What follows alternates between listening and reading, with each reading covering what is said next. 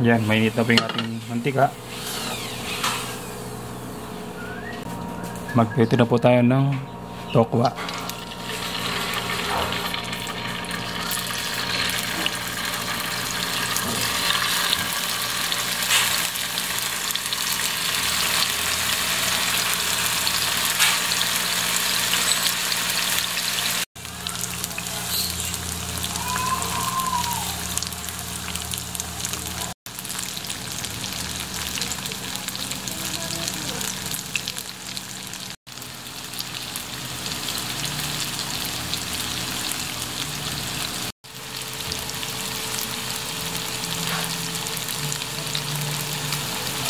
Yan, sa puntong ito pwede na nating iset aside itong mga tokwa.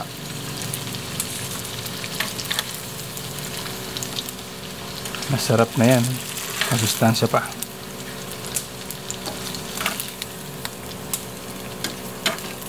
Yan, itong mantikang to medyo marami, so babawasan natin.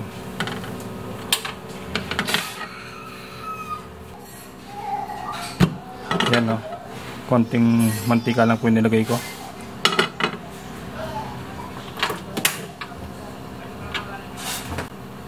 Ngayon isalang na po natin itong pork belly.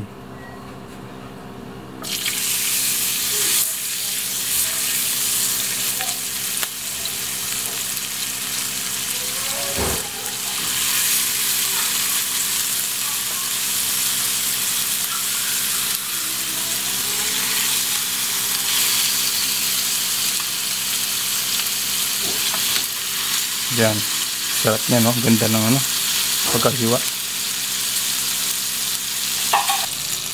Nilagay ko lang po sa may nangapoy ang ating gas stove para ma-penetrate po yung pagkaluto niya sa loob. Kung malakas po kasi ang apoy nyo, hindi po yan maluluto sa loob, saka medyo makunat po siya. Yan, no? Yan po. Baltarin po natin. Yan, hindi pa siya gaano kaluto. Yan, titingnan nyo po. Yan, o.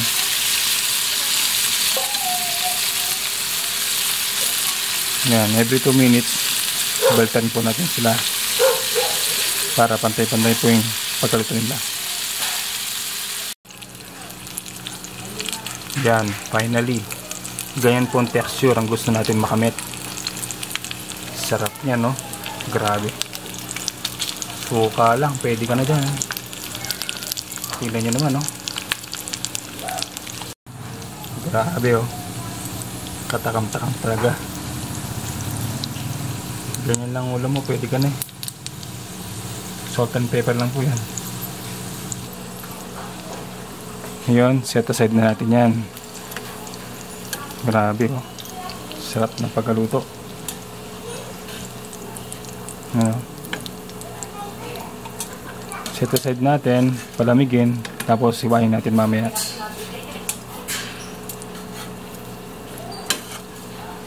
Grabe, sarap. Ito naman yung pork belly.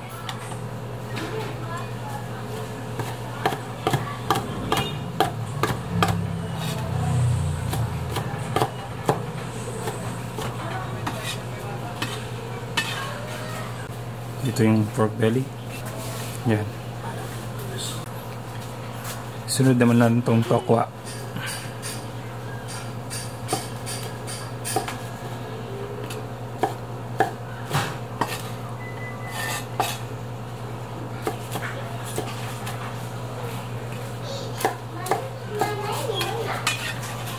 Natin lagay itong tokwa.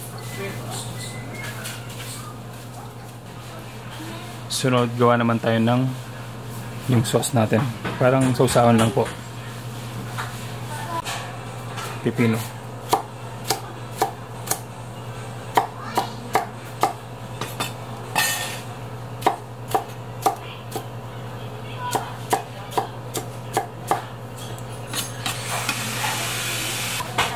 Ito yung pipino. Meron din tayong sibuyas.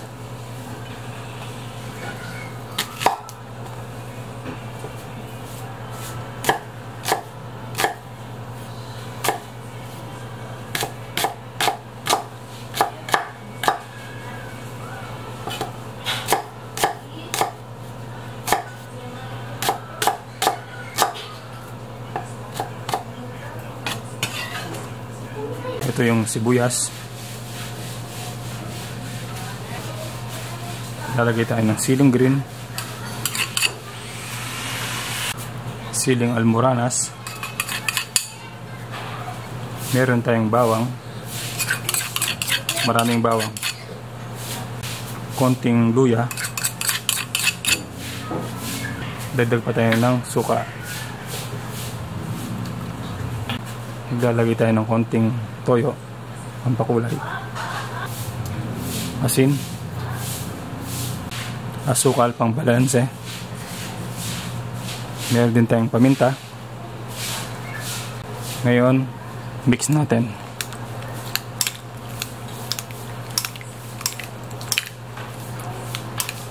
So adjust na lang po kayo kung gusto nyo medyo maalat, kung gusto nyo medyo manimis-namis, nasa nyo po yan.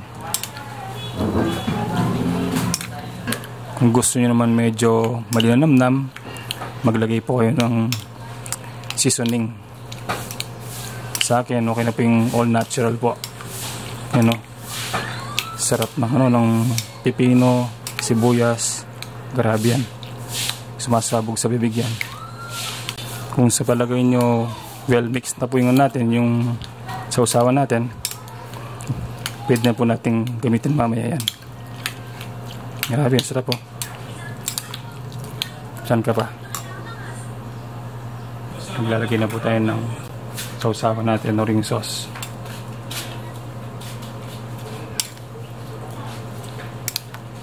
Grabe ang sarap niya, no?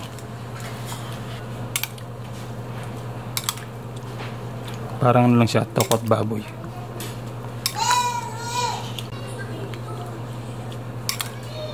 Yan, damihan natin. Yan.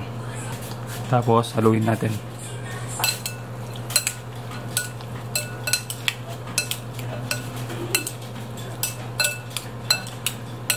Grabe oh. Grabe oh, ang sarap oh. Sarap na pulutan to. Yan. Ready na po ang ating pulutan. Ihandaan nyo na po yung red horse. Sana na-enjoy nyo po yung aming recipe. Pulutan recipe. Subscribe po kayo sa aming YouTube channel. Share nyo po sa mga kaibigan nyo. Yan. Tignan nyo po. Sarap yan, grabe. Maraming salamat po sa panonood. Thank you po.